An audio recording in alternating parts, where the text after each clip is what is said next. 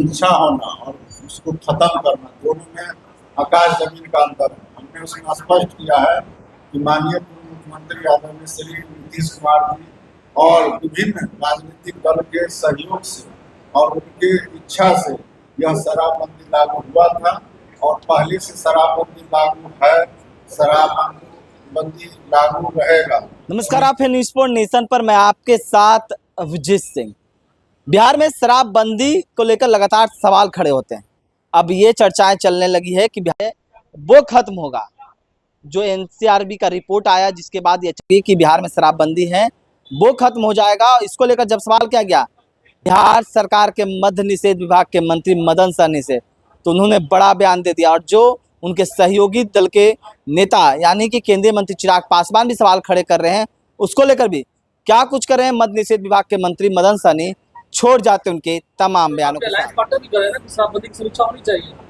समीक्षा होना और उसको खत्म करना, दोनों में आकाश जमीन का अंतर है। हमने उसमें स्पष्ट किया है कि माननीय पूर्व मुख्यमंत्री आदरणीय श्री नीतीश कुमार जी और विभिन्न राजनीतिक दल के सहयोग से और उनके इच्छा से यह शराबबंदी लागू हुआ था और पहले से शराबबंदी लागू है, शराबबंदी लागू रहेगा।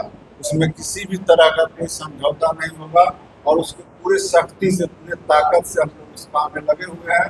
और इसके लिए आपको जानकारी हम लोग पहले भी दे चुके हैं कि इसमें जो भी विदेशी शराब जो सीमा पार करके बिहार के विभिन्न जिला में आते हैं, उसमें हम लोग जो विदेशी कंपनी के शराब का जो कंपनी है, उस कंपनी पर हम लोग एफआईआर करने का विभाग को निर्देश दिए हैं और उसके तहत कई जिला में जो भी बड़े खेप पकड़े गए हैं शराब का, उस पर विभाग के द्वारा नोटिस जारी किया गया है और बहुत जल्द हम लोग जो भी इसमें शामिल होंगे उनको बिहार ला करके हम लोग कानूनी रूप से उन पर कार्रवाई करेंगे।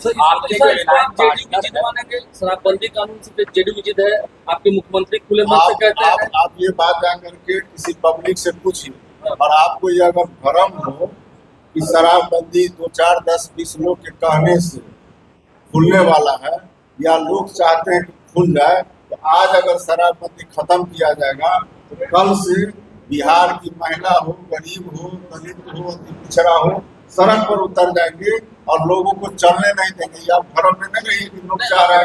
मंत्री मन से कहते हैं सर कि लोग नहीं, मुख्यमंत्री जी ने ये बात कभी नहीं कही। बाहर के राज्यों में जाते हैं और पैसा कभी नहीं, ये सब बात गलत बोल। आपके एलायंस पार्टनर है चिराग पासवान है, खुद कह रहे भाई किस नियत से लागू किया गया वो नियत में कामयाब नहीं पाया। ये उन्होंने नहीं, किसी ने भी ये नहीं कहा। उन्होंने ये कहा कि इसका समीक्षा होना चाहिए और समीक्षा इसलिए होना चाहिए कि जिस मकसद से लागू किया, मकसद क्या था कि महिलाओं को उसको घर में प्रताड़ना नहीं मिले, उनके साथ जाति नहीं हो, उनके बच्चे पर उनके माता पिता अच्छे से ध्यान दे, तो वो हो रहा है और जिनके लिए किया गया वो सब अच्छा से हो रहा है और इसको और सख्ती से लागू करने के लिए हम लोग पूरे ताकत से लग रहा है।